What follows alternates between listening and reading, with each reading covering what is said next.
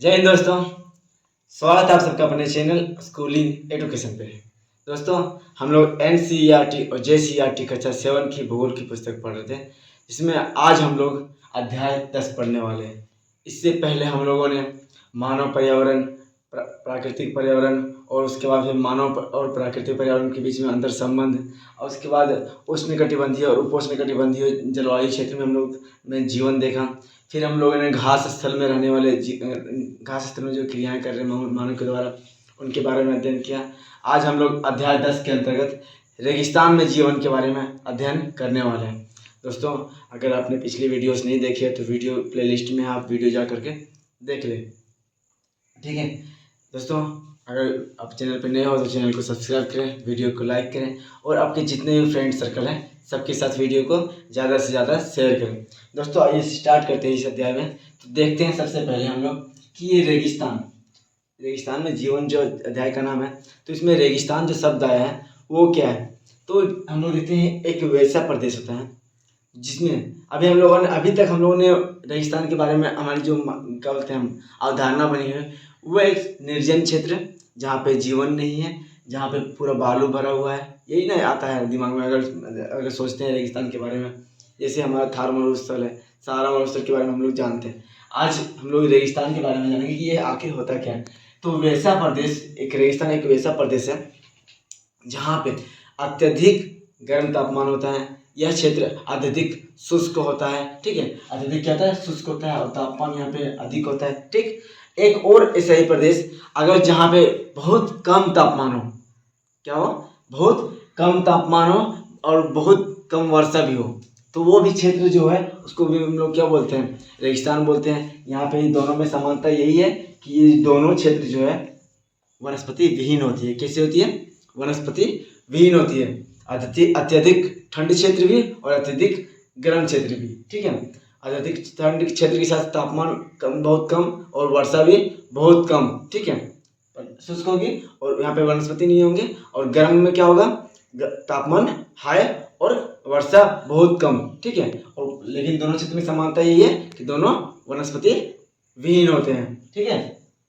इस आधार पर अगर हम बात करें तो हमारे जो रेगिस्तान है वो कितने प्रकार के होंगे?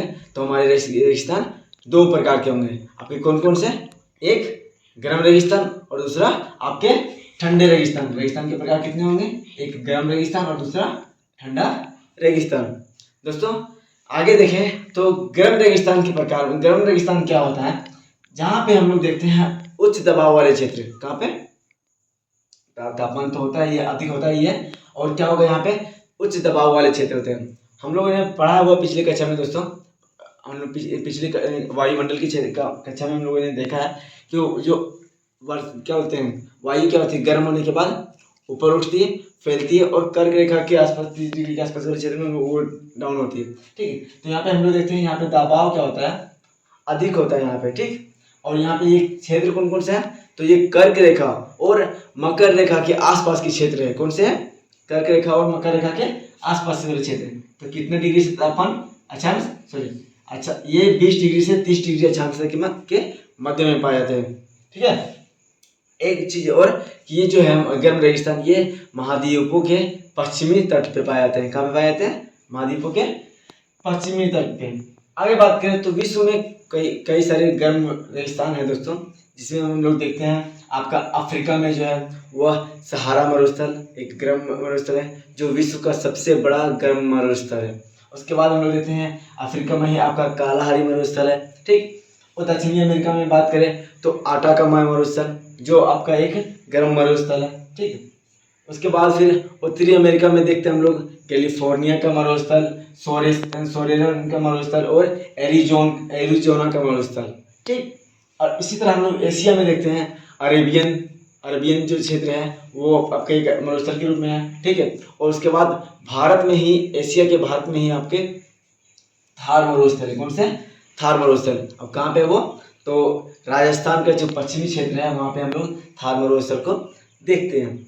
ऑस्ट्रेलिया की बात करें तो यहाँ पे आपके ग्रेट सैंडी और विक्टोरिया मरुस्थल है, और इसके साथ साथ बहुत सारे मरुस्थल ये ऑस्ट्रेलिया में आपके पाए जाते हैं। हमने पिछली कक्षा में पढ़ा है ऑस्ट्रेलिया को एक प्यासी भूमि का भी देश कहते हैं, ठीक है। आगे बात करें तो ये ठंडा मरुस्थल, दूसरा है क्या, ठंडा मरुस्थल। तो ठंडा मरुस्थल किसे बोलते हैं, जहाँ पे तापमान क्या होगा, बहुत कम, मतलब बहुत अत्यंत ही कम तापमान होगा और यहाँ पे वर्षा नहीं होगी, ठीक है, बहुत कम वर्षा होगी और ये शीत ऋतु यहाँ पे लंबी होगी। जैसे विश्व के प्रमुख रेगिस्तान की बात करें, ठंडे रेगिस्तान की बात करें तो एशिया में आपका है टकला मकान, टकला मकान नाम से एक रेगिस्तान है, ठीक है। तिब्बत, तिब्बत आपका कहाँ पे है, तो बात करें भारत की जो उत्तरी क्षेत्र है हिमालय के पास, हिमालय को क्रॉस करके वो क्षेत्र जो चीन के अंतर्गत आता है, तिब्बत, ठीक है, गोबी का मरुस्थल और तुर्किस्तान। इसके साथ साथ दोस्तों भारत में हम लोग देखते हैं लद्दाख, ठीक है, लद्दाख। उसके बाद अफ्रीका की बात करें तो नामीबिया मरुस्थल जो है एक ठंडा रेगिस्तान, ठंडा मरुस्थल है, ठीक है, ठंडा ठंडा रेगिस्तान है। उत्तरी अमेरिका की बात करें तो यहाँ पे आपको ग्रीनलैंड, ठीक है, ग्रीनलैंड नाम से तो लग रहा है कि हरियाली होगी, लेकिन उल्टा है। यहाँ पे ग्रीनलैंड में क्या होता है, एक ठंडा मरुस्थल है, बर्फ से ढका हुआ प्रदेश है। इसी के साथ आइसलैंड जो है वह नाम से लगता है कि यहाँ पे बर्फ होगा, पर वैसा नहीं है, वो हरा है, ठीक है, वहाँ पे पेड़ पौधे पाए जाते हैं, ठीक। आगे बात करें तो ग्रेट बेसिन आपका अमेरिका में ही है, ठीक है। और विश्व का सबसे बड़ा रेगिस्तान की अगर बात की जाए तो ये है आपका है अंटार्कटिका। क्या है, अंटार्कटिका। ये ठंडा में सबसे बड़ा रेगिस्तान है, ठीक है। विश्व की सबसे बड़ा रेगिस्तान की बात करें तो ये भी यह सहारा से बड़ा है, ठंडा है। और जो सहारा आपका है वो क्या है, कैसा एक मरुस्थल है, वह आपका एक विश्व का सबसे बड़ा गर्म मरुस्थल है, ठीक है। और विश्व का सबसे बड़ा मरुस्थल की बात या रेगिस्तान की बात की जाएगा तो आप लोग अंटार्कटिका पे टिक लगाइएगा, ना कि सहारा की पे, ठीक है। इसी तरह देखते हैं एक नोट में दोस्तों कि जो अटाकामा का मरुस्थल जो मैंने बताया एक गर्म रेगिस्तान है। तो अटाकामा का एक कलामा क्षेत्र है, कहाँ पे, कलामा क्षेत्र, वहाँ पे 1570 से 1971 तक, कहाँ कितना साल, लगभग 400 वर्षों तक यहाँ पे क्या हुआ, वर्षा नहीं हुई थी। अब वर्षा नहीं होगी दोस्तों तो एक मरुस्थल के रूप में परिवर्तन होना ही है, ठीक। आगे हम लोग दोस्तों इसमें सहारा मरुस्थल, दो प्रमुख मरुस्थल, एक गर्म रेगिस्तान मरुस्थल इसमें सहारा मरुस्थल के बारे में, और आपका लद्दाख का मरुस्थल जो लद्दाख का ठंडा मरुस्थल है, वहाँ उसके में जीवन किस प्रकार है, निवासी वहाँ पे, वहाँ के लोग, वहाँ की वनस्पति, वहाँ के पशु के बारे में अध्ययन विस्तार पूर्वक करेंगे। दोस्तों हम लोग सबसे पहले देखने वाले हैं एक गर्म मरुस्थल में जीवन, ठीक है, रेगिस्तान में जीवन में पहला हम लोग देखेंगे एक गर्म मरुस्थल, उसमें कौन सा है, तो सहारा एक गर्म रेगिस्तान है, ठीक है। एक उसमें कटिबंधीय क्षेत्र में इसका विस्तार है, यह कहाँ पे विस्तार है इसका, तो यह अफ्रीका महाद्वीप में है, ठीक है। तो उसके बारे में वहाँ पे जलवायु किस प्रकार का है, उसका वहाँ वनस्पति किस प्रकार है, जीवन किस प्रकार के है, वहाँ पे लोग जो निवास करते हैं कौन सी जनजाति निवास करती है, उनका प्रमुख पेशा क्या है, इन चीज़ों के बारे में देखेंगे एक एक करके, ठीक। तो सबसे पहले देखते हैं इसका स्थिति एवं विस्तार, ठीक है। तो यह विश्व का सबसे बड़ा गर्म मरुस्थल है, ठीक।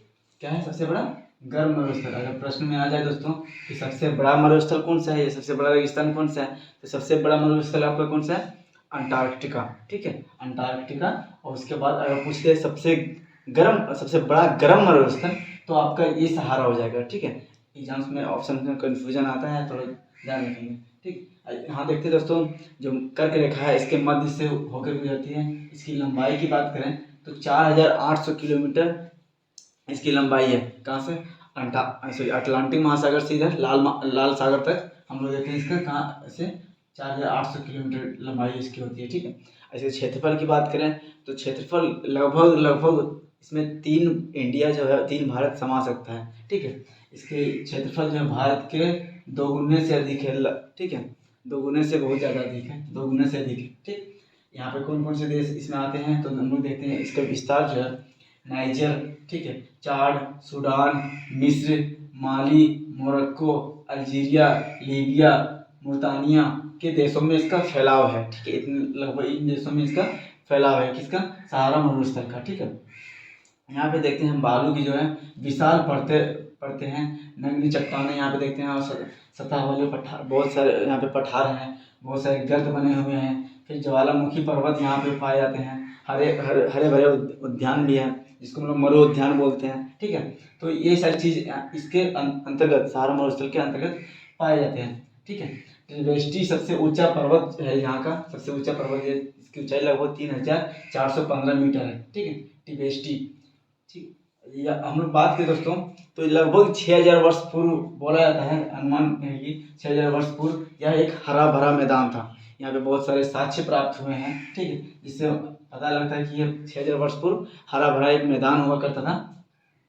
जलवायु परिवर्तन के कारण हम लोग देखते हैं क्या होता है, यह हरा भरा मैदान धीरे धीरे रेगिस्तान में कन्वर्ट हो गया है। ठीक, जलवायु की बात करें तो इसकी जलवायु गर्म एवं शुष्क जलवायु है। यहाँ पे जलवायु जो विषम जलवायु पाया जाता है। क्यों? क्योंकि यह कर्क रेखा और मकर, कर्क रेखा क्या है, इसके बीचों बीच गुजरता है। तो उत्तर वाला क्षेत्र में अलग जलवायु पाया जाएगा और दक्षिण वाला क्षेत्र में अलग जलवायु पाया जाएगा। ठीक है, यहाँ पे दैनिक वार्षिक तापांतर की बात करें तो ये अधिक होता है। ठीक, दिन में जो सूर्य की रोशनी अधिक पड़ती है तो यहाँ पे क्या होगा, बाल रेत जो कण है वो जल्दी हीट हो जाएंगे, और हीट होने के कारण यहाँ पे क्या होगा, तापमान अधिक होगा। और वही इसके विपरीत बात करें तो रात में क्या होगा, इसका तापमान बहुत कम हो जाता है यहाँ पे। ठीक है, दिन में और गर्म होगा और रातें क्या होगी, ठंडी होगी, जिसके कारण हम लोग देखते हैं यहाँ पे वार्षिक तापांतर, जो तापांतर है, दैनिक तापांतर, वार्षिक तापांतर जो है वह बहुत अधिक होता है। ठीक है, आसमान जो है बादल रहित होते हैं। ठीक है, वर्षा बहुत अल्पकाल के लिए होती है, फिर नहीं भी होती है, बहुत कम होती है यहाँ पे वर्षा। ठीक है, ये चीज़ होगी इसकी जलवायु के बारे में। नेक्स्ट है यहाँ की वनस्पति और वन्यजीव। यहाँ पे कौन से वनस्पति पाए जाते हैं और कौन से वन्यजीव पाए जाते हैं। ठीक, तो वनस्पति की बात करें तो यहाँ पे पत्ते विहीन, जिसमें पत्ते नहीं होते या फिर बहुत कम पत्ते होते हैं, इस प्रकार के यहाँ पे वृक्ष पाए जाएंगे। कांटेदार वाले वृक्ष ज़्यादा पाए जाएंगे। कैक्टस हो गया, खजूर हो गया, आंवला हो गया, एकेसिया एक वृक्ष यहाँ पे पाया जाता है। और जो यहाँ पे मरुद्यान है दोस्तों, मरुद्यान में हम लोग देखते हैं खजूर के वृक्ष जो है बहुत तादाद में पाए जाते हैं और यहाँ पे खजूर का उत्पादन बहुत ज़्यादा होता है। अब ये मरुद्यान क्या होता है, नाम से है मतलब मरुस्थल में पाए जाने वाला, उद्यान मतलब होता है पार्क। ठीक है, तो हम लोग देखते हैं जब पलाय झील बनता है, किसके पवन के अपरदन के कारण पलाय झील जब बन जाता है तो उस गर्त में हम लोग देखते हैं पानी का जमाव हो जाता है। ठीक है, झील में तो पानी का जमाव होने के कारण वो एक झील में निर्माण होता है। ठीक, तो उसी झील के आसपास के क्षेत्र में कुछ पेड़ पौधे उग जाते हैं, उसके बाद वहाँ पर देखते हैं उद्यान का एक निर्माण होता है। इस क्षेत्र में हम लोग देखते हैं खजूर के वृक्ष बहुत ज़्यादा पाए जाते हैं। ठीक है, इसके कारण यहाँ पे खजूर का उत्पादन बहुत ज़्यादा होता है। ठीक, यहाँ पे जीव की बात करें कौन कौन से जीव पाए जाते हैं तो ऊँट, जिसको हम लोग रेगिस्तान का जहाज भी बोलते हैं। तो ठीक है, ऊँट हो गया, लकड़बग्घा, सियार, लोमड़ी, बिच्छू, सांप, छिपकली, इस तरह के जो जीव हैं, जो रेंगने वाले जीव है, फिर और भी इस तरह के जीव हैं यहाँ पे, बिल में रहने वाले जीव, इस प्रकार के जीव यहाँ पे आपको बहुत आयात रूप में दिखेंगे। ऊँट को हम लोग बोलते हैं मरुस्थल का जहाज या रेगिस्तान का जहाज ही बोला जाता है। ठीक है, अब बात करें दोस्तों यहाँ के निवासी, यहाँ के जो लोग रहते हैं वो किस प्रकार रहते हैं। ठीक, तो अब जलवायु यहाँ की कैसी है तो विषम जलवायु है। अब जब विषम जलवायु रहेगी तो क्या होगा, जनसंख्या बहुत कम होगी। ठीक है, इसी प्रकार देखते हैं यहाँ पे विरल जनसंख्या पाई जाती है इस कारण से। ठीक, अब यहाँ पे जनजाति है वो बेडुइन और तुआरेग, इस प्रकार के जनजाति यहाँ पे पाए जाते हैं। इनका व्यवसाय की बात करें दोस्तों तो ये पशुपालना इनका प्रमुख व्यवसाय है। ठीक है, और कुछ जो मरुद्यान जहाँ पे जल रहता है वहाँ पे आसपास में क्षेत्र में हम लोग देखते हैं कुछ सब फसल भी उत्पादन करते हैं। तो चावल, गेहूँ, जौ, सेम और खजूर का उत्पादन ये लोग फसल के रूप में उत्पादन करते हैं। खजूर का उत्पादन ये फलों के रूप में उत्पादन करते हैं। ठीक है, अब देखते हैं दोस्तों यहाँ पे खनिज में हम लोग यहाँ पे बहुत सारे खनिज भी पाए जाते हैं। ठीक है, जैसे लोहा, फास्फोरस, मैग्नीज, यूरेनियम, इस प्रकार खनिज यहाँ पे पाए जाते हैं।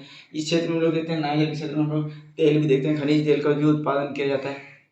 इस प्रकार से इन लोगों का रहन सहन है दोस्तों, जलवायु और यहाँ पे वनस्पति और जीव है। ठीक है, तो दोस्तों आगे देखें तो एक ठंडा रेगिस्तान, इससे पहले हमने एक गर्म रेगिस्तान सहारा मरुस्थल के बारे में चर्चा की है। अब एक ठंडा रेगिस्तान लद्दाख के बारे में चर्चा करने वाले हैं। ठीक, तो देखते हैं ये ये कहाँ स्थित है, लद्दाख कहाँ स्थित है तो ये भारत में स्थित है। भारत में कहाँ तो भारत के उत्तरी क्षेत्र में हिमालय पर्वत की श्रेणी में स्थित है। ठीक, भारत के उत्तर वृहद हिमालय में स्थित है। ठीक है, यह दोस्तों हम लोग देखते हैं यह 1979 तक यह एक जिला के रूप में था। उसके बाद 1979 में यह क्या हो, दो जिलों में विभक्त हो गया, एक लेह में दूसरा कारगिल में विभक्त हुआ। ठीक है, उसके बाद वर्तमान समय में देखें तो 31 अक्टूबर 2019 को यह यूनियन टेरिटरीज केंद्र शासित प्रदेश में केंद्र शासित बन गया, ठीक है, केंद्र शासित प्रदेश बन गया। 2019 से पहले यह जम्मू कश्मीर का एक अंग था, ठीक है। उसके बाद फिर देखते हैं सितंबर 2019 में यूटी बन के एक अलग केंद्र शासित प्रदेश बना, ठीक। यह कहाँ पे, काराकोरम और हिमालय के मध्य में है, ठीक। इसकी स्थिति की बात करें, विस्तार की बात करें तो यह उत्तर में जो है, इसके उत्तर में काराकोरम श्रेणी, ठीक, काराकोरम पर्वतमाला और दक्षिण में जास्कर पर्वतमाला के मध्य में स्थित है, ठीक है। क्षेत्रफल अगर बात करें, इसके कुल क्षेत्रफल की बात करें तो यह 45,110 किलोमीटर स्क्वायर, कितना, 45,110 किलोमीटर स्क्वायर। कारगिल में देखते हैं इसकी जो है 3,000 मीटर ऊंचा क्षेत्र में है कारगिल में, ठीक है, कारगिल के पास। काराकोरम में देखते हैं 8,000 मीटर तक ऊंचाई है इसकी, ठीक। हिमालय, जास्कर, लद्दाख, काराकोरम की श्रृंखलाएं यहाँ पे लद्दाख हिमालय, सॉरी लद्दाख जो रेगिस्तान हम लोग बात कर रहे हैं वहाँ पे कौन कौन से, तो वृहद हिमालय, जास्कर, लद्दाख, काराकोरम की श्रृंखलाएं पाई जाती है इससे लद्दाख एक ठंडा रेगिस्तान में, ठीक है। यहाँ की जलवायु की बात करें तो दोस्तों इससे पहले देखते हैं खा, पा और चांद भी खाया जाता है। इसको क्या बोला जाता है, खा, पा और चांद भी खाया जाता है। खा, पा और चांद मतलब अर्थ की बात करें तो यह बर्फ की भूमि कही जाती है। क्या कही जाती है, बर्फ की भूमि या फिर हिम भूमि भी कही जाती है, ठीक है। इसमें हम लोग देखते हैं अत्यधिक शीतल और शुष्क जलवायु पाया जाता है। अत्यधिक शीतल क्यों, इतनी ऊंचाई तक जाती क्या है, हवाएं विरल होने जाती है, ठीक है, गैसेस विरल हो जाते हैं, ठीक। और शुष्क की बात करें तो यहाँ पे बहुत कम वर्षा होती है, जिसके कारण ये प्रदेश शुष्क के रूप में है, ठीक है। यह एक वृष्टिछाया क्षेत्र है, यहाँ पे वर्षा बहुत कम हो पाती है। वृष्टिछाया क्षेत्र क्यों, क्योंकि जो हिमालय पर्वत की श्रेणियाँ हैं, ठीक है, जो आपके क्या है, काराकोरम, जास्कर की श्रेणियाँ हैं, ये सारी श्रेणियाँ क्या करती हैं, जो हवाएं जो है क्या बोलते हैं, वर्षा वाली जो हवाएं हैं, दक्षिण पश्चिम मानसून की हवाएं को ये रोक देती है। तो इसके पीछे वाले जो पर्वत के पीछे वाला क्षेत्र हो जाता है तो वो क्या हो जाता है, वृष्टिछाया क्षेत्र के रूप में आ जाता है, ठीक है। तो ये वृष्टिछाया क्षेत्र है जिसके कारण बहुत कम वर्षा होती है, जिसके कारण ये शुष्क प्रदेश है। तापमान बहुत कम है यहाँ पे, ठीक है, वर्षा बहुत कम होती है, ठीक है, या तो कभी कभी नहीं भी होती है, ठीक। कितना वर्षा होती है तो 10 सेंटीमीटर तक वर्षा होती है यहाँ पे। जो दुनिया का सबसे क्या बोलते हैं, दुनिया का जो सबसे शीतलम क्षेत्र है, मतलब बहुत सबसे ठंडे प्रदेशों में एक जो है द्रास, वो लद्दाख हिमालय में, लद्दाख में ही स्थित है। कहाँ पे स्थित है, लद्दाख में। द्रास यह दुनिया के सबसे ठंडे प्रदेशों में आता है, ठीक है दोस्तों। आगे बात करें तो इस क्षेत्र में वनस्पति और वन्य जीव किस प्रकार के हैं, तो यहाँ पे हम लोग देखते हैं उच्च शुष्क और अत्यधिक ठंडा है, तो यहाँ पे क्या होगा, वनस्पति बहुत कम पाए जाते हैं। वनस्पति के साथ साथ हम लोग देखते हैं मनुष्यों की संख्या भी बहुत कम होगी, ठीक है। उच्च शुष्क जो है, शुष्क बहुत अधिक ज़्यादा है, ठंडा बहुत अत्यधिक ठंड है यहाँ पे, तो वनस्पति क्या होगी, विरल, क्योंकि ये वनस्पति वहीं पे होगी जहाँ पे जलवायु सही हो, सुटेबल होगा, ठीक है। कुछ क्षेत्रों में हम लोग देखते हैं यहाँ पे घास होती है, कुछ झाड़ियाँ हैं, जंगली औषधियाँ यहाँ पे पाई जाती हैं, ठीक है। यहाँ पे कुछ वृक्ष देखते हैं तो सरपत जो है, विलो और फिर पॉपुलर हो गया, ये आपके पाए जाते हैं। जो सरपत है हम लोग देखते हैं दोस्तों, ये विलो जो है, यह विलो का उपयोग क्रिकेट का बल्ला बनाने में किया जाता है, ठीक। ग्रीष्म ऋतु में हम लोग देखते हैं लद्दाख के क्षेत्र में सेब हो गया, ठीक है, खुबानी हो गया, अखरोट हो गया, इनका उत्पादन किया जाता है, ठीक है। यहाँ पे प्रवासी पक्षी जो पक्षियों में लोग देखते हैं, प्रवासी पक्षी ग्रीष्म ऋतु में यहाँ पे आते हैं, फिर जब ठंडा ऋतु होता है तो यहाँ से क्या होता है, यह प्रवास कर जाते हैं, ठीक है। तो ग्रीष्म ऋतु ये यहाँ पे प्रवासी पक्षी आते हैं। प्रमुख पक्षियों में लोग देखते हैं यहाँ पे रोबिन, रेड स्टार्ट, तिब्बती स्नोकॉक, हुदहुद, दरियाल कुलीन, इस प्रकार के कुछ प्रमुख पक्षी यहाँ पे पाए जाते हैं, ठीक है। अगर दोस्तों प्राणी की बात करें तो यहाँ पे साकिन, याक, जंगली कुत्ता, ठीक है, जंगली बकरी, तेंदुआ, हिम तेंदुआ, हिम लोमड़ी, इस प्रकार की प्राणी यहाँ पे पाए जाते हैं। हुदहुद का नाम जो मैंने दोस्तों इसके एक चक्रवात का नाम पे है, तो हुदहुद इसी पक्षी के नाम पे उस हुदहुद का नाम रखा गया, तो हुदहुद चक्रवात का नाम, ठीक है। साकिन, याक, जंगली बकरी, हिम कुत्ते, हिम तेंदुआ, हिम लोमड़ी, इस प्रकार के यहाँ पे प्राणी पाए जाते हैं। दोस्तों अगर बात करें तो जो यहाँ पे जंगली बकरी है, यहाँ पे पश्मीना ऊन का उत्पादन यहाँ पे लद्दाख में किया जाता है बकरियों से, ठीक है। विश्व की सबसे बड़ी भेड़ यहाँ पे पाई जाती है, इसका नाम क्या है, नोयांग। छोटी भेड़ विश्व की सबसे छोटी भेड़ का नाम क्या है, तो यूरियल, ठीक है। इस आगे देखें दोस्तों, आगे इसके निवासियों की बात करें तो निवासियों में देखते हैं हम लोग जनसंख्या जब सुटेबल नहीं है तो जनसंख्या विरल है, बहुत कम जनसंख्या है, ठीक है, जनसंख्या बहुत कम है। यहाँ पे बौद्ध धर्म और मुस्लिम धर्म के लोग यहाँ पे निवास करते हैं मुख्यतः। जो बौद्ध धर्म के लोग हैं वो लेह में निवास करते हैं और मुस्लिम धर्म के लोग हैं वो कारगिल में निवास करते हैं। यहाँ की भाषा की बात करें तो भाषा जो है यहाँ पे लद्दाखी भाषा यहाँ के, और कुछ जो शिक्षित वर्ग है वो उर्दू, इंग्लिश और हिंदी भाषा का यूज करते हैं, ठीक है। यहाँ के भोजन की बात करें तो उकपा और साफ ईटीसी अन्य प्रकार के भोजन करते हैं, भोजन के रूप में यूज करते हैं, ठीक। ये लोग जो है संगीत सुनना पसंद करते हैं, तो ये मुख्य संगीत वाद्य यंत्र जो है ये सुरना और दमान, ठीक है, दमान, सुरना और दमान है, ठीक है, मुख्य वाद्य यंत्र, ठीक। और इनका प्रमुख खेल की बात करें तो आइस हॉकी ये लोग खेलते हैं। यहाँ पे आइस हॉकी क्या बोलते हैं का प्रचलन है, ठीक है। बौद्ध प्रसिद्ध यहाँ पे जो लोग हैं ये जो बौद्ध धर्म के लोग निवासी करते हैं, यहाँ पे बहुत सारे बौद्ध धर्म के मठ हैं। तो प्रसिद्ध बौद्ध मठ देखते हैं हम लोग, हेमिस हो गया आपका एक, ठीक है, ये थिकसे से और लामापुरु, ठीक है, ये आपके प्रमुख बौद्ध धर्म के मठ जो है, प्रसिद्ध मठ है। ये लोग प्रमुख, इनके प्रमुख त्यौहार की बात करें तो ये हेमिस पर्व मनाते हैं जो 1 जून को मनाया जाता है, ठीक है। लद्दाख महोत्सव आपके सितंबर के मंथ में मनाया जाता है और सिंधु दर्शन है, ठीक, ये प्रमुख इसके प्रमुख त्यौहार है, हेमिस, लद्दाख महोत्सव और सिंधु दर्शन, ठीक है। ये लोग किसानी खेती भी करते हैं, कुछ दूरी तक खेती भी होती है, कुछ ऊंचाई तक। तो मुख्य फसल की बात करें तो जो आलू, मटर, सेम, गेहूँ जो 3 गेहूँ जो है वो 3000 मीटर ऊंचाई तक इसका गेहूँ की खेती की जाती है, उसके ऊपर नहीं की जाती है। तो 3000 मीटर ऊंचाई तक गेहूँ की भी खेती की जाती है। जो आलू, मटर, सेम, शलजम इस तरह की खेती ये फसल उत्पादन करते हैं। आगे बात करें, ये लोग फलों की भी खेती करते हैं और पशुपालन का प्रमुख पैसा है, ठीक है। जो लोग हैं वो धार्मिक अनुष्ठानों में व्यस्त हैं और महिलाएं जो है घरेलू कार्य करते हैं। ये लोग जो घरेलू कार्य करते हैं इसमें ये लोग महिलाएं जो है साल बुनना, कालीन बनाना, चटाई बनाना ये प्रमुख कार्य करते हैं, ठीक है। शॉल हो गया, कालीन हो गया, चटाई, ये महिलाएं यहाँ पे घर में अपने कार्य करते हैं, ठीक।